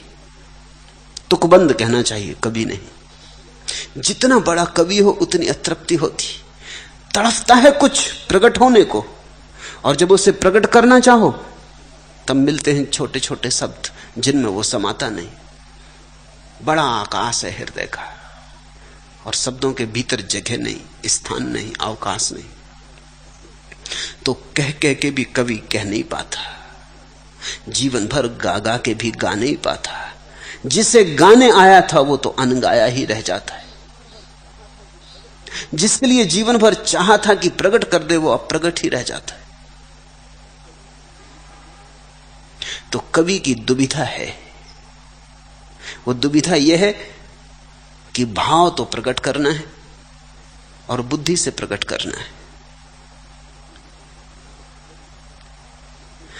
अगर कवि इसमें ही उलझा रहे तो सदा बेचैन और असंतुष्ट रहेगा।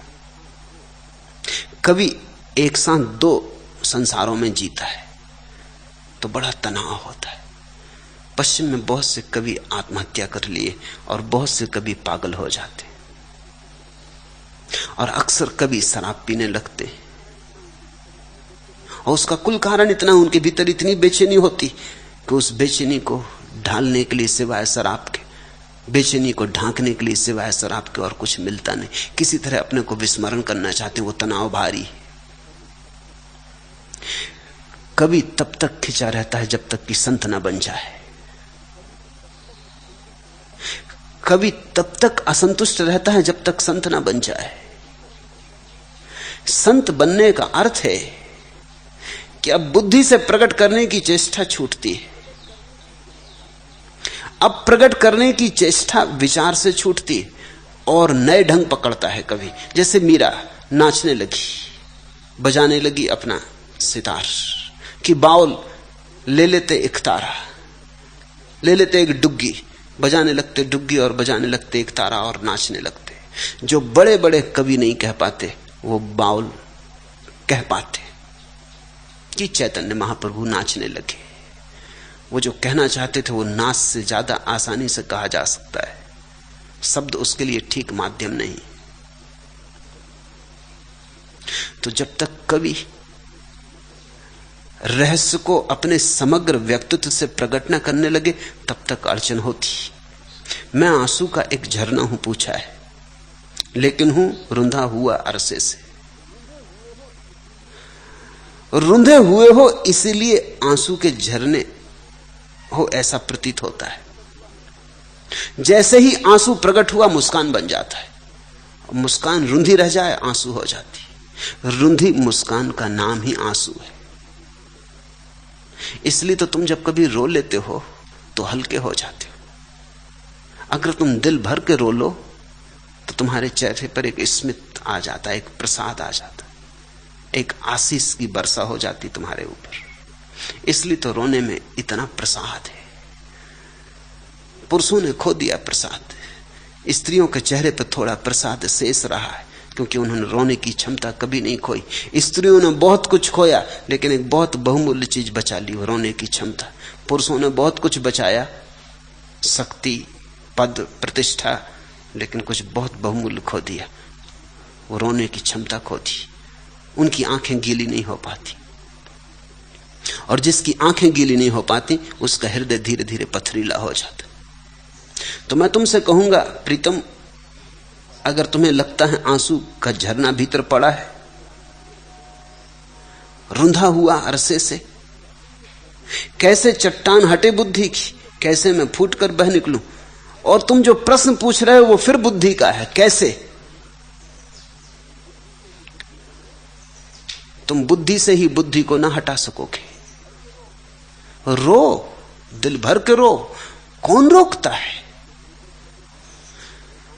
पहले संकोच लगेगा तो एकांत में चले गए, वृक्षों के पास बैठ लिए, वृक्ष तुम्हारा बिल्कुल भी अपमान न करेंगे कि रो रहे, अरे स्त्रीण मालूम होते। वृक्ष तुमसे बिल्कुल न कहेंगे कि प्रीतम रो मत, ये पुरुष जैसा नहीं मालूम पड़ता, अरे बहादुर आदमी तुम रो रहे। चले जाओ पहाड़ियों में, चले जाओ नदी के तट पर, रो, वृक्ष तुम्हें स्वीकार करेंगे, नदियां तुम्हें स्वीकार कर लेंगी, पहाड़ तुम्हें स्वीकार कर लेंगे। दिल भर के रो। रोने के लिए कैसे क्या पूछना, रोना शुरू करो। रोना तो एक कृत्य है, कैसे का कोई सवाल नहीं। कैसे का तो मतलब यह है कि अब तुम पहले इंतजाम करोगे, विधि विधान करोगे, अनुष्ठान करोगे, आयोजन करोगे। कैसे रोएं? तो क्या करोगे? मिर्ची पीस के आंखों में डालोगे तो रोना झूठा हो जाएगा। अभिनेता वैसा करते। अब रामलीला में राम को रोना पड़ रहा है और सीता का उन्हें कोई दर्द है नहीं, सीता है भी नहीं, सीता गांव का कोई लड़का ही बना हुआ है। हो सकता है राम और सीता में झगड़ा भी हो, तब क्या करना है? तो मिर्च का थोड़ा सा मसाला बना लेते, उसको हाथ में लगाए रखते हैं। जब रोना पड़ता है राम को तो अपनी आंख में लगा लेते, आंसू बहने लगते। आयोजन करके जो रोना आएगा वो झूठा हो जाएगा।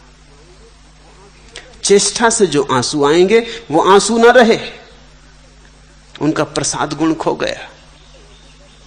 इतना कुछ है चारों तरफ, इतना दुख है उसे देख के रो, इतनी पीड़ा है उसे देख के रो, इतना आनंद है उसे देख के रो, इतने फूल खिले हैं उन्हें देख के रो, इतने चांद तारे हैं उन्हें देख के रो।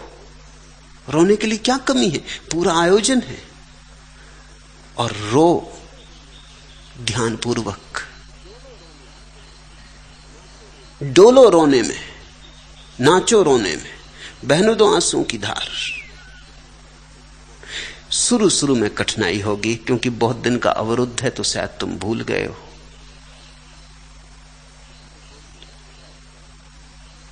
एकांत में जाके बैठ जाओ और प्रतीक्षा करो।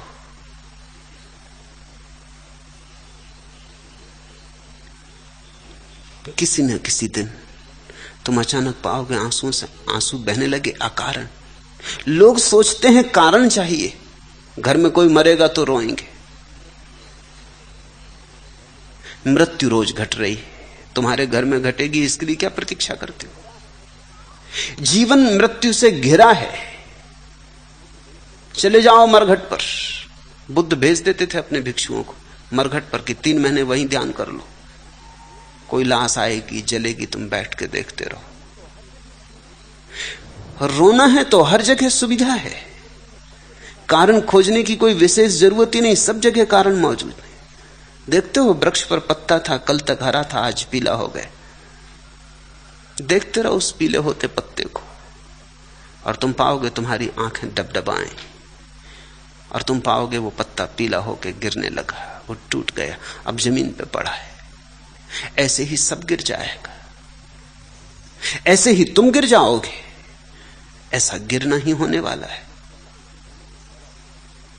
जो फला सो झरा, यहां जो जन्मा सो मरा। यहां सब तरफ इन हरे से हरे वृक्षों को भी मृत्यु की काली छाया घेर के खड़ी। फिर कोई दुख ही जरूरी नहीं है रोने के लिए, सुख भी। इतनी मृत्यु के घिराव में भी जीवन नष्ट नहीं होता। देखो तो इस अपूर्व चमत्कार को। इतने कांटे हैं फिर भी फूल खिले चले जाते हैं। मौत रोज रोज आती फिर भी बच्चे जन्मे जाते। परमात्मा थकता नहीं, मौत जीत नहीं पाती, जीवन हारता नहीं, जीवन बढ़ता ही चला जाता है। आओ मौत कितनी, जीवन फिर नई तरंगें लेके उठाता है। मौत आती रहती है और जीवन बढ़ता जाता है। इस अहोभाव को देखो, इस आनंद भाव को देखो, इस अपने होने को सोचो।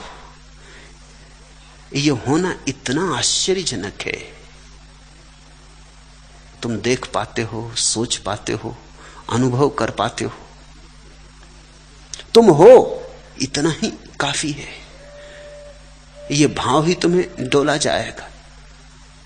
तो एकांत में बैठो, शिथिल हो जाओ, धारणाएं छोड़ो, देखो आकाश के तारों को, कि बहती नदी की धार को, कि आकाश में उठे हुए वृक्षों को, कि घूमते भटकते बादलों को।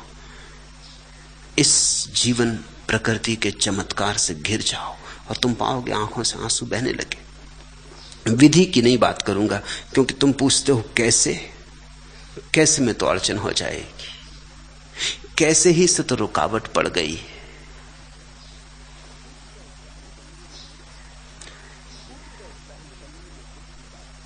फूट कर बह निकलने में बुद्धि बाधा नहीं दे रही।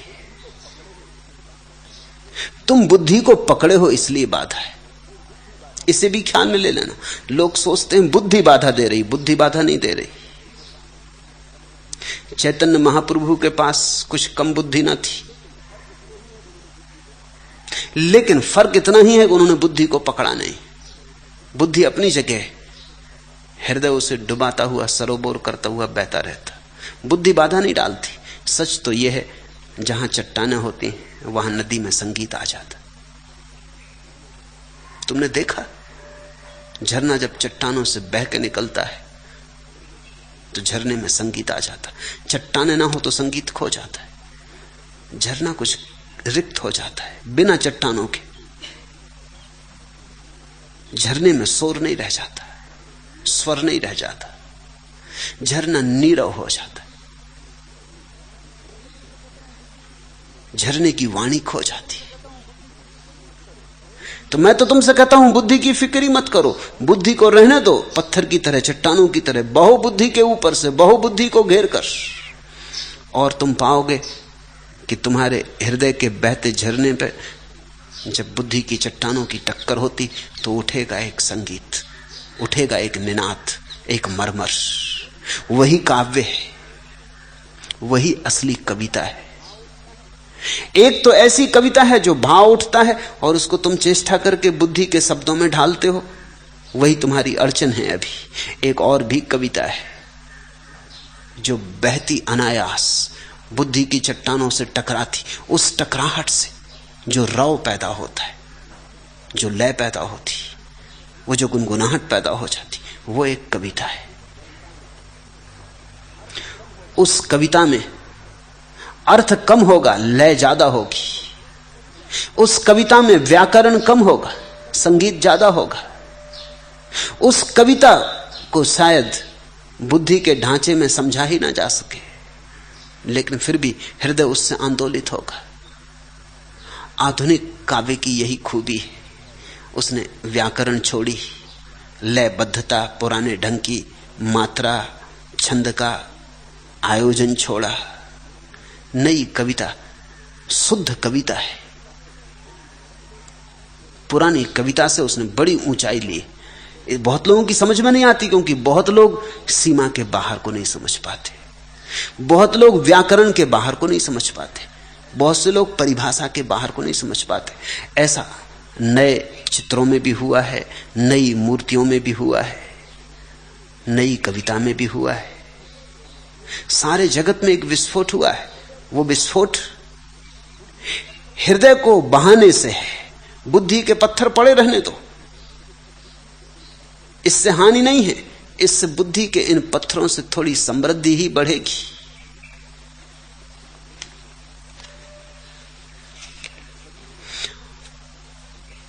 और कवि को चाहिए प्रेम, चाहिए प्रार्थना, चाहिए परमात्मा, अन्यथा अड़चन रहेगी।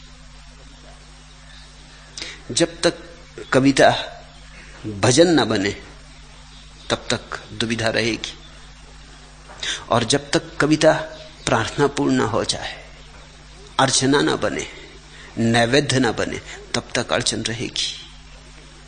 कौन है अंकुश, इसे मैं भी नहीं पहचानता हूं, पर सरोवर के किनारे कंठ में जो जल रही है उस त्रसा, उस वेदना को जानता हूं। आग है कोई नहीं जो शांत होती, और खुलकर खेलने से भी निरंतर भागती। टूट गिरती हैं उमंगे, बाहुओं का पास हो जाता शिथिल है। अब प्रतिबिंब में फिर उसी दुर्गम जलधि में डूब जाता। फिर वही उद्विग्न चिंतन, फिर वही प्रच्छा चिरंतन। रूप की आराधना का मार्ग आलिंगन नहीं तो और क्या है, स्नेह का सौंदर्य को उपहार रस चुंबन नहीं तो और क्या है। रक्त की उत्तप्त लहरों की परिधि के पार कोई सत्य हो तो चाहता हूं भेद उसका जान लूं। पंथो सौंदर्य की आराधना का व्योम में यदि शून्य की उस रेख को पहचान लूं, पर जहां तक भी उड़ूं इस प्रश्न का उत्तर नहीं। मृत्यु महदाकाश में ठहरे कहां पर शून्य है सब, और नीचे भी नहीं संतोष। मिट्टी के हृदय से दूर होता ही कभी अंबर नहीं। इस व्यथा को झेलता आकाश की निस्सीमता में घूमता फिरता विकल विभ्रांत, पर कुछ भी न पाता। प्रश्न जो कढ़ता गगन की शून्यता में गूंज कर सब और मेरे ही श्रवण में लौट आता। मैं न रुक पाता कहीं, फिर लौट आता हूं पिपासित। शून्य से साकार सुषमा के भुवन में युद्ध से भागे हुए उस वेदना विह्वल युवक सा, जो कहीं रुकता नहीं, बेचैन जा गिरता अकुंठित तीर सा सीधे प्रिया की गोद में। नींद जल का स्रोत है, छाया सघन है, नींद श्यामल मेघ है, शीतल पवन है, किंतु जग कर देखता हूं कामनाएं वर्तिका सी बल रही हैं। जिस तरह पहले पिपासा से विकल थीं, प्यास से आकुल अभी भी जल रही हैं। प्राण की चिरसंगनी यह वहिनी, इसको साथ लेकर भूमि से आकाश तक चलते रहो। मर्त्य नर का भाग्य, जब तक प्रेम की धारा न मिलती आप अपनी आग में जलते रहो। मर्त्य नर का भाग्य, जब तक प्रेम की धारा न मिलती आप अपनी आग में जलते रहो। काव्य एक यात्रा का प्रारंभ है, अंत नहीं। काव्य की अंतिम पूर्णाहुति तो प्रेम में है। कवि का हृदय तो केवल इस बात की सूचना दे रहा है कि प्रेम की बड़ी गहरी संभावना है जो नहीं घट रहा है। करो प्रेम। तुम पूछोगे कैसे? फिर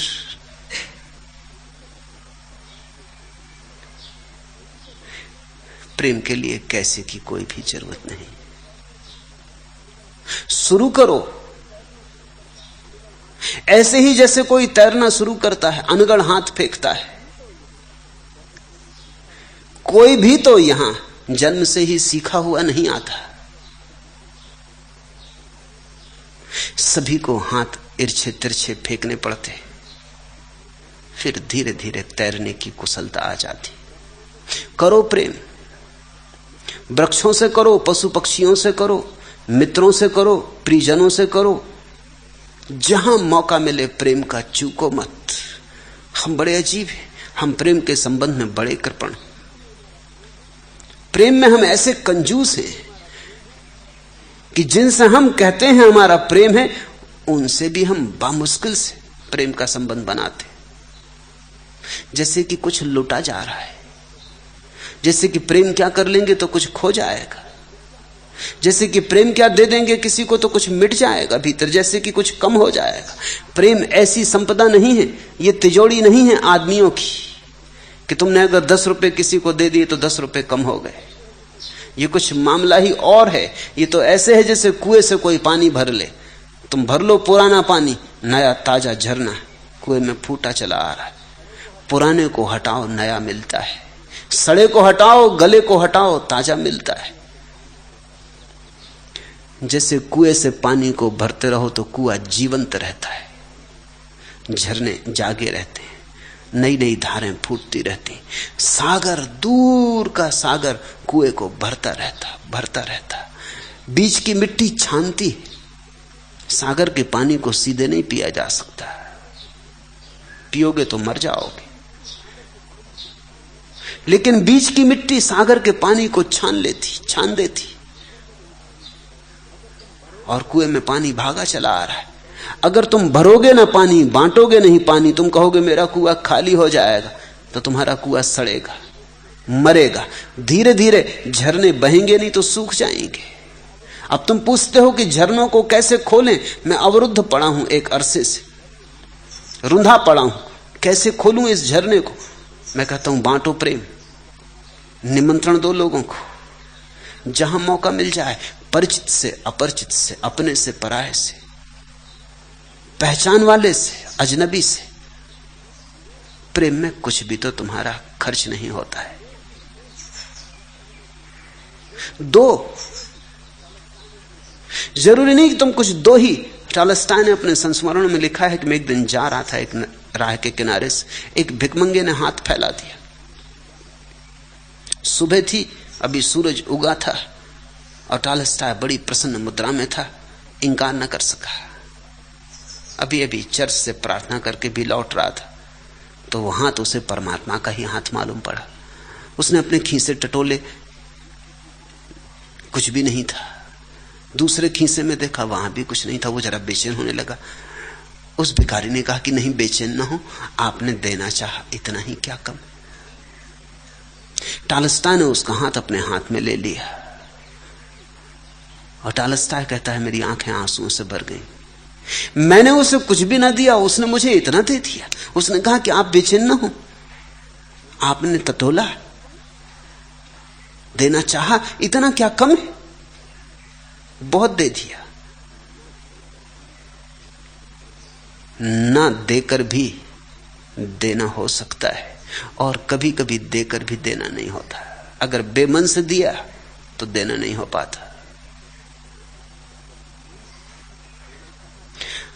अगर मन से देना चाहा ना भी दे पाए तो भी देना घट जाता। ऐसा जीवन का रहस्य। बांटते चलो, धीरे धीरे तुम पाओगे जैसे जैसे तुम बांटने लगे ऊर्जा, वैसे वैसे तुम्हारे भीतर से कहीं परमात्मा का सागर तुम्हें भरता जाता। नई नई ऊर्जा आती, नई तरंगे आती। और एक दफा ये तुम्हें गणित समझ में आ जाए, ये जीवन का अर्थशास्त्र नहीं है, ये परमात्मा का अर्थशास्त्र। ये बिल्कुल अलग है। जीवन का अर्थशास्त्र तो यह है कि जो है अगर नहीं बचाया तो लुटे, इसको तो बचाना नहीं तो भीख मांगोगे। मैंने सुना एक भिखमंगा मुल्ला नसरुद्दीन के द्वार भीख मांग रहा था। मुल्ला ने उसे खूब दिल खोल के दिया, खिलाया पिलाया, वस्त्र पहनाया, जाने लगा तो 10 का नोट भी दिया। फिर मुल्ला ने उससे पूछा कि तुम आदमी तो भले मालूम पड़ते हो, तुम्हारे चेहरे से संस्कार मालूम पड़ता है, तुम्हारे वस्त्र भी यद्यपि दीन मलिन हैं, फटे पुराने, लेकिन कीमती मालूम होते, ये दशा तुम्हारी कैसे हुई? वो कहने लगा जैसे आप कर रहे हैं ऐसे ही मैं करता था, जल्दी आपकी भी यही दशा हो जाएगी। दे दे के ये दशा हुई, बांटता रहा, उसी में लुट गया। तो एक तो इस बाहर के जगत का अर्थशास्त्र है, यहां छीनो तो मिलेगा, यहां दो तो खो जाएगा। एक भीतर का अर्थशास्त्र, कबीर ने कहा दोनों हाथ उलीचिए, उलीचते रहो तो नया आता रहेगा, बांटते रहो तो मिलता रहेगा। जो बचाया वो गया, जो दिया वो बचा। जो तुमने बांट दिया और दे दिया वही तुम्हारा है अंतर के जगत में। तो दो काम करो,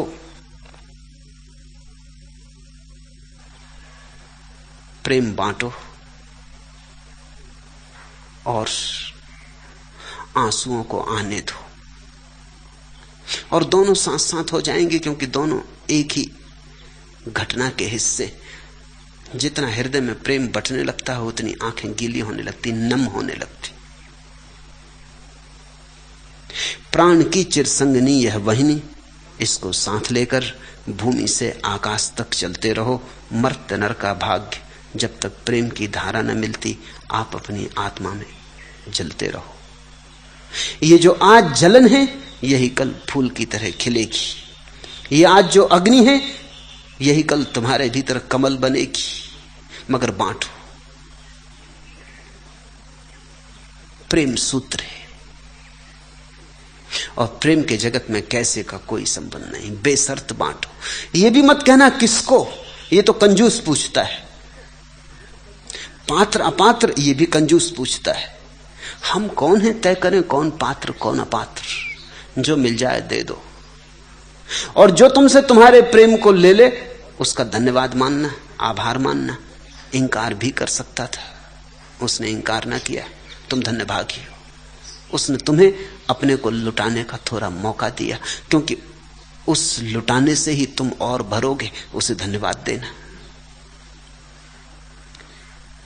प्रेम जीवन में आए तो धीरे धीरे प्रार्थना भी आ जाती, और जब तक काव्य की क्षमता भजन ना बने, जब तक काव्य प्रार्थना न बने, तब तक कवि को बड़ी बेचैनी रहेगी। तुम्हारा काव्य जब उपनिषद बन जाए तो कवि मर जाता है और ऋषि का जन्म होता है। ऋषि और कवि दोनों शब्दों का एक ही अर्थ है। फर्क इतना ही है कि कवि चेष्टा करके हृदय के भावों को शब्दों में ढालता है, और ऋषि निश्चेष्टा से, सहजता से, सहज स्फुरणा से भाव को बहने देता मस्तिष्क की चट्टानों पर से। उससे जो रव पैदा होता है, जो संगीत पैदा होता है, वही उसका काव्य है, और वही उसका नैवेद्य है प्रभु के चरणों में।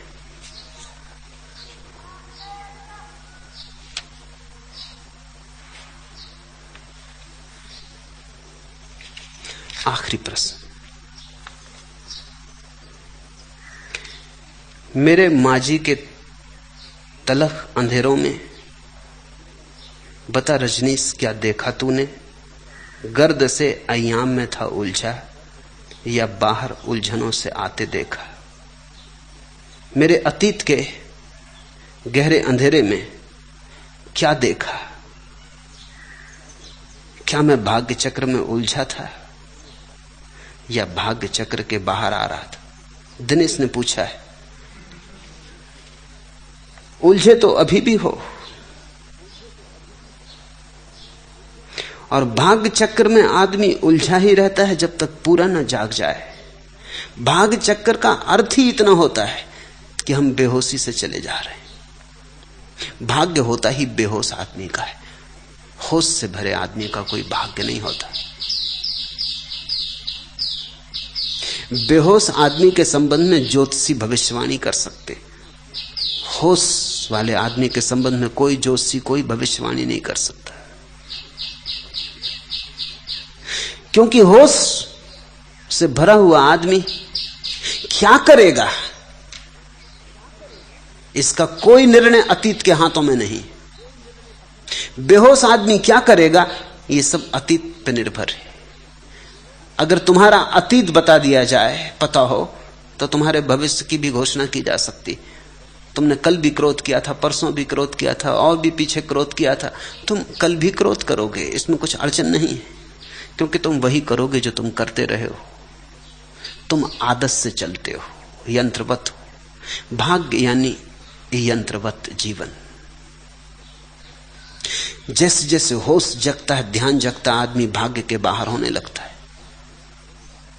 फिर तुम अतीत से संचालित नहीं होते, फिर प्रतिक्षण जो घटता है उसके साथ तुम्हारा संवाद होता है। वो संवाद सीधा है, वो पुरानी आदत के कारण नहीं। उसका कोई निर्धारण तुम्हारे पीछे के अनुभवों से नहीं होता। इस क्षण की मौजूदगी और इस क्षण की उपस्थिति और इस क्षण का बोध ही उसका निर्णायक होता है। लेकिन दिनेश के जीवन में चेष्टा तो है बाहर आने की, और वही शुभ है। चेष्टा है तो बाहर आना भी हो जाएगा। मुझे इसकी चिंता नहीं है कि तुमने क्या किया, तुमने पाप किए, तुमने बुरे कर्म किए, मुझे उसकी कोई चिंता नहीं। या कि तुमने पुण्य किए, न तो मेरे लिए पुण्य का कोई मूल्य है और न पाप का कोई मूल्य है, क्योंकि पुण्य भी तुमने सोए किए, पाप भी तुमने सोए किए। तुम चोर थे तो सोए थे, तुम संत थे तो सोए थे।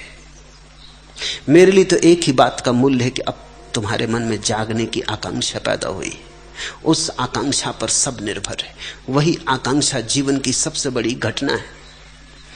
मैं की बर्बादे निगाराने दिल आरा ही सही, मैं की रुसवाए मयो सागरो मीना ही सही, मैं की मकतूले गुलो नरगिसे सहला ही सही, फिर भी मैं खाके रहे साहिदे नजरा हूं दोस्त। मैं कि बर्बादे निगाराने दिला आरा ही सही, हृदय आकर्षक सुंदरियों द्वारा बर्बाद मान लिया यही सही। मैं कि रुसवाए मो सागरो मीना ही सही, या कि शराब के प्याले और सुराही के द्वारा अपमान लिया वह भी ठीक। मैं कि मकतूले गुलो नरगिसे सहला ही सही, और या कि फूलों नरगिस के फूल ऐसी आंखों वाली सुंदरियों द्वारा मारा हुआ ठीक, वह भी ठीक, वह भी स्वीकार कर लिया। फिर भी मैं खाके रहे साहिदे नजरा हूं दोस्त, फिर भी मैं पारखियों के मार्ग की धूल। बस वही बात मूल्यवान है। दिनेश के भीतर पारखी का जन्म हो रहा है, आकांक्षा पैदा हो रही, आकांक्षा के पार जाने की। पूरब के क्षितिज पर सूरज की पहली किरणों की लाली प्रकट होने लगी। नहीं, तुम्हारे अतीत से, तुम्हारे मांझी से मुझे कुछ लेना देना नहीं। तुमने सपने देखे अब तक, अब जागने की पहली झलक आ रही, नींद टूटने के करीब है, वही मूल्यवान है। तुम सम्राट थे कि दरिद्र, कि तुम साधु थे कि असाधु, कि तुमने अब तक पुण्यों का अंबार लगा लिया था कि पापों के संग्रह कर लिए थे, सब बात व्यर्थ है। वो सब तुमने नींद में किया था, वो सब सपने थे। अब सपना टूटने की घड़ी करीब आ रही, ध्यान के प्रति प्रेम पैदा हुआ है, वही बात महत्वपूर्ण है। और दिनेश की तैयारी मिटने की, वही बात महत्वपूर्ण है जो मिटने को, क्योंकि तुम हो ही अतीत का संग्रह। हम जो निरंतर कहते हैं यहां के अहंकार छोड़ दो, तो उसका मतलब सिर्फ इतना ही होता है कि तुम अब तक जो अतीत ने तुम्हें बनाया है उसे विस्मृत करो, उससे अपने को विच्छिन्न कर लो, ताकि ताजे के लिए, घटने के लिए जगह बन सके। बावरे अहेरी रे, कुछ भी अवध नहीं तुझे, सब आखेट है। एक बस मेरे मन विवर में दुबकी कलोंस को, दुबकी ही छोड़कर क्या तू चला जाएगा। ले मैं खोल देता हूं कपाट सारे, मेरे इस खंडहर की सिरा सिरा छेद दे, आलोक की अनी से अपनी गढ़ सारा ढाकर ढूंढ भर कर दे। विफल दिनों की तू कलौंज पर मान जा, मेरी आंखें आन जा, कृतज्ञता मड़ाए। पहनूं सिरोपे से ये कनकतार तेरे, बावरे अहेरी। दिनेश की प्रार्थना मुझे सुनाई पड़ रही है। ले मैं खोल देता हूं कपाट सारे, मेरे इस खंडहर की सिरा सिरा छेद दे, आलोक की अनी से अपनी। और वही शुभ घड़ी है, वही भाग्योदय है, जब तुम किसी के पास जाके कह सको मिटा दो मुझे। गढ़ सारा ढाकर ढूंढ भर कर दे, विफल दिनों की तू कलौंज पर मान जा, मेरी आंखें आन जा। ध्यान यानी आंखों का आंजना है, ईद की धूल झाड़ना है। मेरे माजी के तलख अंधेरों में बता रजनीश क्या देखा तूने। नहीं, तुम्हारे अतीत की मैं चिंता ही नहीं करता। जो गया गया, जो बीता सो बीता। गर्द से अय्याम में था उलझा, या बाहर उलझनों से आते देखा। नहीं, अभी आए नहीं बाहर, लेकिन बाहर आने की पहली आकांक्षा उठी, और पहली आकांक्षा का उठाना आधी यात्रा का पूरा हो जाना है। ले मैं खोल देता हूं कपाट सारे, मेरे इस खंडहर की सिरा सिरा छेद दे, आलोक की अनी से अपनी। तो मृत्यु घटेगी और तुम्हारा नया जन्म भी होगा, सूली भी लगेगी और तुम्हारा पुनर्जन्म भी होगा। पर मिटने की तैयारी चाहिए, पूरी पूरी मिटने की तैयारी चाहिए। वही सन्यास है, अतीत से अपने को विच्छिन्न कर लेना, अतीत की भूमि से अपनी जड़ों को बिल्कुल उखाड़ लेना। नई भूमि की तलाश है सन्यास। जैसे अब तक जो था व्यर्थ था, जो हुआ हुआ, नहीं हुआ नहीं हुआ, अब हम उससे सब संबंध छोड़ लेते हैं। अब आगे उसका कोई हिसाब ना रखेंगे और अब पीछे लौट लौट कर ना देखेंगे। गढ़ सारा ढाकर ढूंढ भर कर दे, विफल दिनों की तू कलौंज पर मान जा, मेरी तैयार हूं तेरी आंखें आंजने को। थोड़ी तकलीफ भी होती जब आंखें आंजी जाती, आंसू भी बहते, आंख बंद कर लेने का भी मन होता, वह सब स्वाभाविक है। लेकिन अगर साहस हो तो परमात्मा सुनिश्चित घट सकता है।